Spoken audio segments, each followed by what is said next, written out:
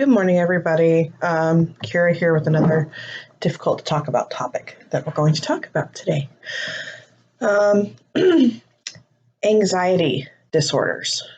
I get really tired of people that don't have it thinking that they know what they're talking about, because if you've never had it, you have no idea. I don't care how much you've researched it. You've got no idea how it feels to a person who has anxiety. Um, Everyone's like, oh, you're just overreacting. Why can't you just be happy?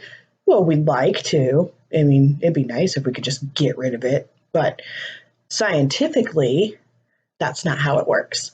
Some of us are predisposed to our wonderful ancestors that gave us all these beautiful things. Back when we were hunter-gatherer, you had to be ready for a fight at any moment. You had to be ready to protect yourself. You had to be ready to run. So fight or flight is what causes anxiety. Your body is always ready to run or to fight, but there's nothing to run from or fight. But our body doesn't know this because it's instinctively acting the way that technically it's supposed to. So our body is constantly sending out cortisol and adrenaline in order to prepare for this fight or this run that we have to do. Now, you can't run from your bills. And well, you can, but it's not a good idea. You can't run from your bills. You can't run from your kids. You can't run from, all your responsibilities. You can't run from that sink of dishes. These are things we have to face every day. And for some people, it doesn't seem like a huge deal. It's like, oh, this is just stuff you need to do every day. Just do it. Well, a person with anxiety overthinks it.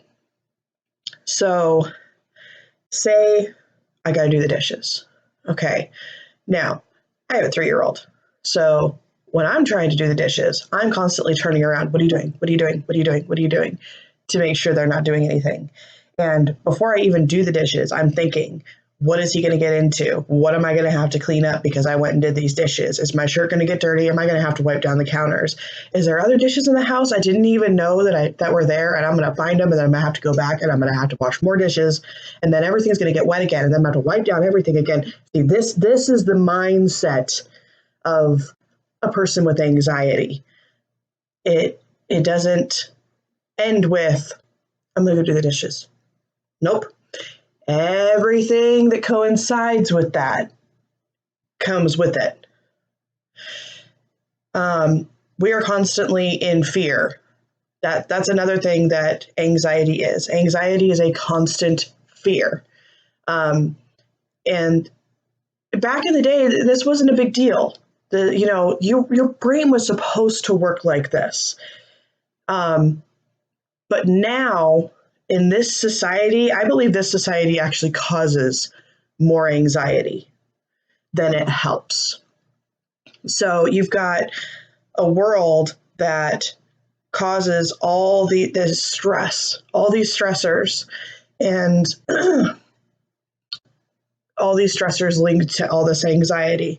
Then the government turns around and treats all these people with all this anxiety that they caused. Because back when everybody worked on their own land and did trade instead of money and, all these kind of things, the way a human was supposed to do things. We are fighting to conquer the global debt. Who the hell are we in debt to? We're the only species that pays to live on our own planet. That's insane. And completely unreasonable, if you ask me. Humans are working against humans. This is causing the problems to the people who know something's not right. So, back to what I was saying. Your body releases cortisol and adrenaline in order to prepare you for the fight or flight. The problem is there's nothing to run from. So, when you're sitting there in this constant fight or flight mode, your muscles are tense, you're ready to go, and there's nowhere to go, it's exhausting. Absolutely exhausting. And I get so tired of people, well, why are you so tired? You didn't do anything today. I sat here with my muscles tensed all flippin' day for no reason. Like, there's a reason, but there's no reason. And it's exhausting. You're pushing yourself for something that's not going to happen. You know, when someone goes to punch you in the arm, so you tense your arm and you prepare for it. Well, that's what we're doing, but with our whole body all day. And if you sit there and you tense your muscles all day, you're going to get tired. And it makes the most minute tasks exhausting. No, I don't want to get up and turn that light switch on. It's that bad. Just leave me alone. So that's why another thing that people do that have anxiety, we fidget a lot. We play a lot of video games. We tinker with a lot of things. We find a lot of hobbies. Like, I play video games. I crochet. You know, I do all these things with my hands, and it's not really like I enjoy doing them. It's fun to do them, but it's a necessity that I do them because I can't sit still. It's a constant freaking thing. If I sit there and sit still, my body will start feeling like I'm being crawled on. Like, every muscle, everything starts to tingle, almost like half that wake up sensation when someone knocks your foot, and it like tickle throbs. You know, that's kind of what it feels like. So I can't sit still, and a lot of people can't sit still. Leg bouncing, nail biting, all of those things. Those are stress anxiety things. If you see somebody doing that, they're not comfortable. I'll tell you that right now. They're not comfortable. Something's up. So there's that. Stomach problems. People with anxiety have really bad stomach problems because your body is going to have a harder time fighting or running on a full stomach. Your body either makes you sick or it tries to digest everything faster, and this gives you stomach upset. It gives people diarrhea, and just it causes so many problems. These are all problems people don't realize people with anxiety have. We keep them to ourselves, but these things come along with this. This isn't just, oh, you have anxiety, you're stressed. No, this is a serious disorder that causes all these problems. So let's move on. Sleep danger. We have insomnia. There's a reason for it. If you stay in one place for too long, the danger grows. You have more of a possibility of being attacked. If you sleep for shorter periods of time and you wake up to check on yourself, you know, your body thinks it's making you safer because you're still in that primal fight or flight mode, even when you're trying to sleep. Your body doesn't understand that you're in a house, in a bed, and that you're allowed to sleep for 8 hours. Your body doesn't know that. The only thing it thinks is there could be a predator nearby. We have to check. We have to make sure that we're alert. So we also have restless sleep, which is no better. Restless sleep sucks. So this is why we get up frequently during the night. This is why we have insomnia.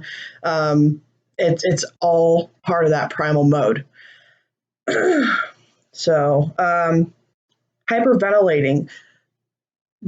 I don't hyperventilate a lot. I have a few times during my panic attacks, but the reason we hyperventilate is because when your muscles have to be tensed like that all day, they need more oxygen. So the more oxygen that's going to your muscles, the more you're trying to take in, and so you'll start to hyperventilate.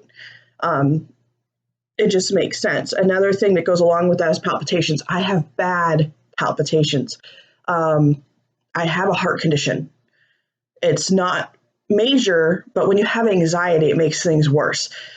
So I have what's called a regurgitating valve, and it's my mitral valve. So what it does is it blocks up it, and the valve doesn't open the way it's supposed to. So pressure builds up behind it, and when it releases, it's like my heart is like jump started, and it hurts, and it goes really fast. Well, when you have palpitations on top of this, it's really difficult because the only way to get that extra blood to your muscles is to pump harder. So this causes heart issues for people with anxiety, and it feels like you're going to die. It really does, and that's why they're panic attack. No big deal. They're just stressing out. No, we feel like we're going to die. Our body is going through all of these things, and it's horrible. So, teeth grinding. I have lost a whole bunch of my teeth to clenching my jaw out of stress and out of anxiety. It's just not like you don't even realize you're doing it most of the time, and that's my thing is I'll be sitting there and I'll realize I've got my jaw clenched. I didn't even realize I was doing it, and so I have soft teeth and it's caused a lot of problems. But this is a thing that people with really bad anxiety go to the dentist a lot, or they lose teeth because they can't afford to go to the dentist. And it's because we can't control the fact that we're grinding or we're clutching our teeth. Shaking, sweating, and hot and cold. This one, what your body does is it prepares for you to go, and you've got all these things going on, and so your body gets really hot. Well, then your body will start to sweat, or it will just try to cool. Like I don't sweat a lot, but I do cool down. Your body will push itself to cool down to counteract this because you were supposed to run, so you were supposed to stay hot. And so you'll go from sweating and hot to freezing cold because your body tried to cool down too fast. And this can send people into shock. It's really that bad. Now, no, there are different kinds of anxiety. There is generalized anxiety disorder. This one is just regular anxiety, to normal things, everyday things. Then there is panic disorder, where you constantly have panic attacks and it becomes a chronic thing. And then you have social anxiety disorder. I have social anxiety disorder. And occasionally I have panic attacks, but it's related to my social anxiety disorder. So that is the one that I have. I don't want to be in crowds of people. I am scared when I meet new people. And it's a really difficult thing to deal with. When I am in a crowd or in a room full of people, I constantly feel like I am in danger. I know I'm not, but I feel like I am. So I keep to myself. I'm quiet. I'm observant. But my heart is racing. My body is tight. I'm nervous to say anything. It's not a comfortable feeling. It's really not a comfortable feeling. And so to be classified as a disorder, you have to be to a point where you will literally avoid doing anything to get out of these, get away from these situations. Once it becomes a chronic thing where you are constantly in fear in these situations, or you will completely avoid these situations, this is a disorder. So that is my disorder. I know that when I'm in this group of friends, I'm not in danger, but my body does not know. And so it's painful, literally painful to be there. It's hard to pick up the phone. If the phone rings, my heart starts racing. I am terrified to answer the phone. There's no reason. I'm not actually in physical danger, but my body doesn't know that because it's constantly in fight or flight. So, yeah, I don't like I can't answer the phone. Answering a text message, just whatever, that's a hard thing to do. When you reach out to your friends with anxiety and they don't reach back, do not get offended. It's not about you. It's not a personal attack. Sometimes we just can't talk to anybody. Um, Part of anxiety is a lot of people with anxiety are also empaths. So when we are in that crowd of people or when we talk to other people, we absorb their energy. Um, and it's exhausting. So we will be in a social setting or we will help somebody with their problems, but then we have to retreat and we have to recharge because we have given everything that we have. So don't get mad at that person because, oh, well, I messaged her and she hasn't messaged me back for 2 days. She'll get back to you eventually. Or try your reaching out, you know, in another couple of days. But be understanding, especially because these days, people with these problems aren't usually quiet about them. You know they've got them. But know that this is not just them being an asshole. This is an actual medical condition. And they are dealing with a lot of things that you don't see. We keep these things to ourselves. So, on the bright side, I try to always find the bright side. Gotta find the bright side. Um, it has been said that people with this overactive fight or flight response, aka anxiety, we are going to be the ones that survive the zombie apocalypse because we are alert and we are aware and we are ready to go. So that's a bit of a perk to me because I am hoping for the zombie apocalypse. Um, so, oh, another thing I wanted to do. If you are with a person and they're having a panic attack or an anxiety attack or whatever the heck you want to call it, there are ways to help. Please ask their permission before you do these things.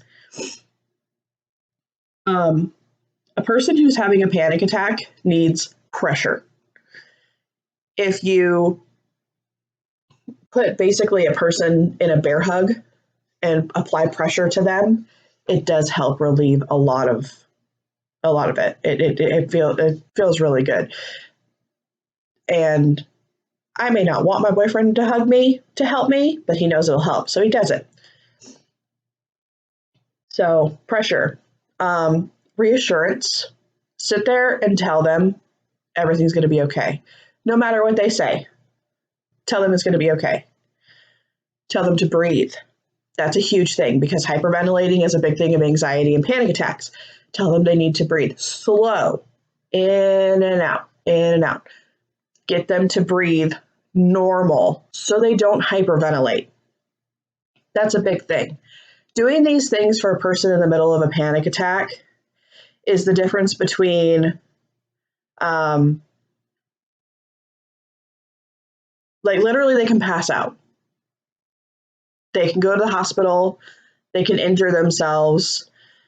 It's no joke. It's really no joke. People get hurt during these attacks.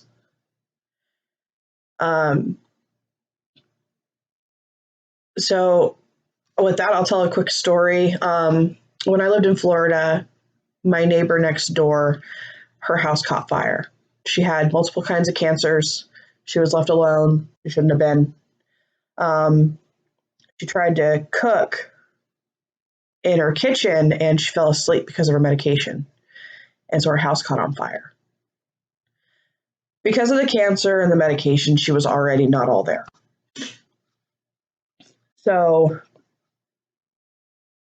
Um, they got her out. She was fine.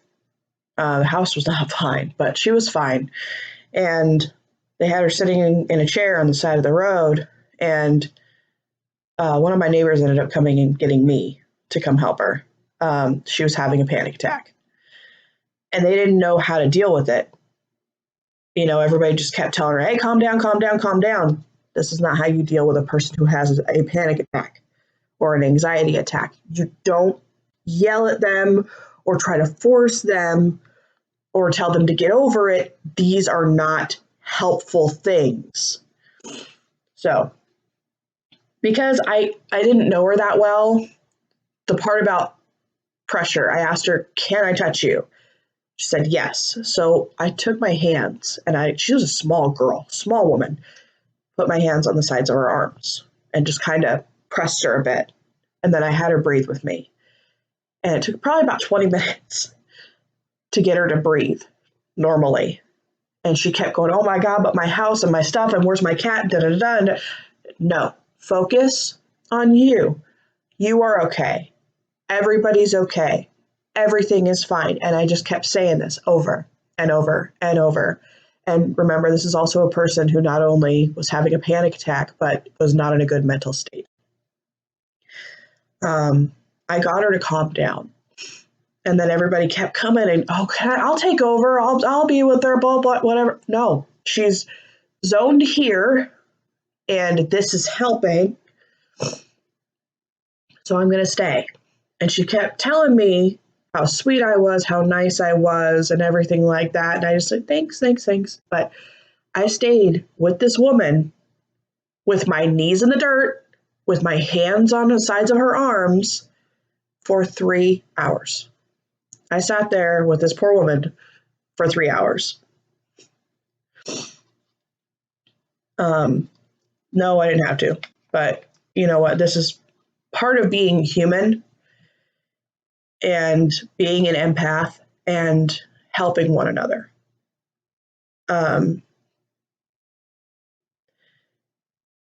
I felt good that I was able to help her because of the things that, like, people kept asking me, how did you know what to do? Well, with this comes a lot of therapy. So in my therapy, I've been told what I should do.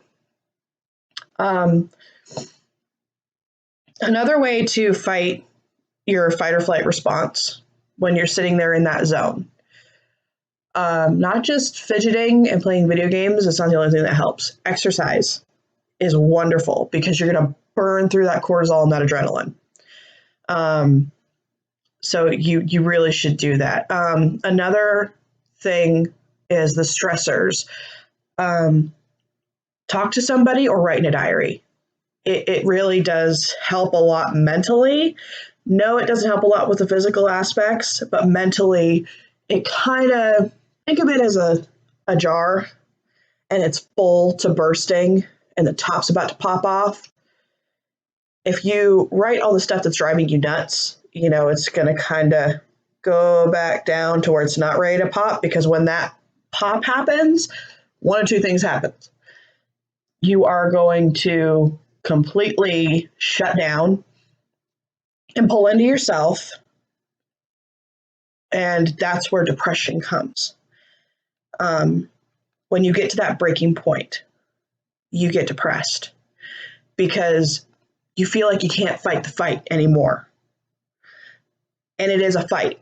It is a constant, everyday battle. You can't fight the fight anymore.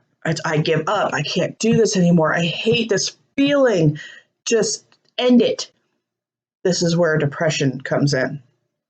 You give up and you go, if I don't deal with any of this stuff, I won't feel like this anymore. So I give up. I'm not dealing with it.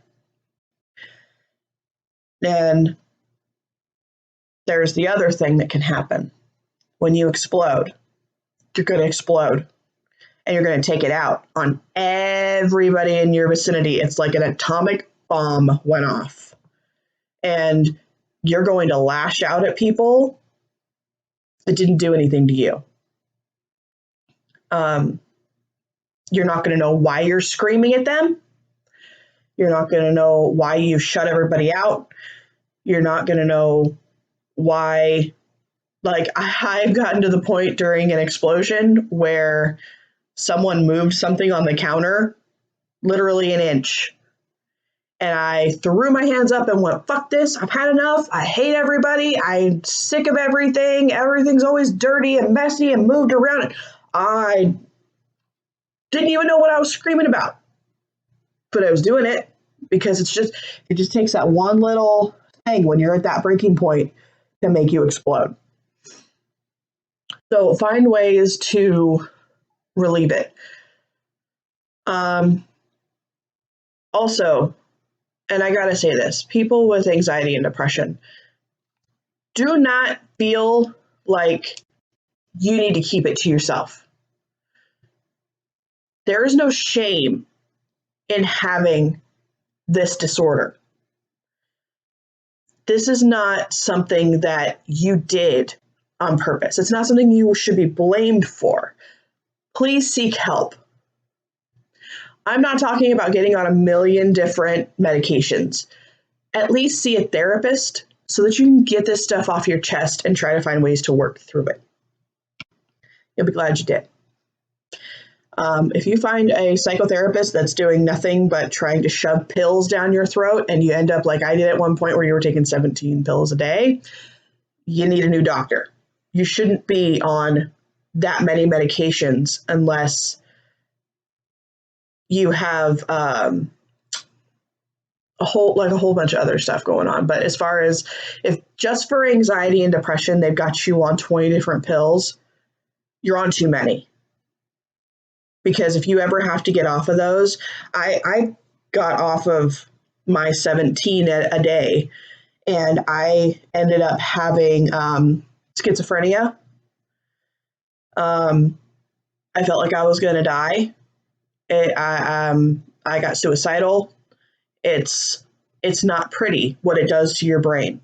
Don't let a doctor tell you that you should be on that many a day. Get a second opinion. Do not stop taking your medications cold turkey. Don't. Seek another medical opinion, but continue to take what you're taking because it is keeping you level.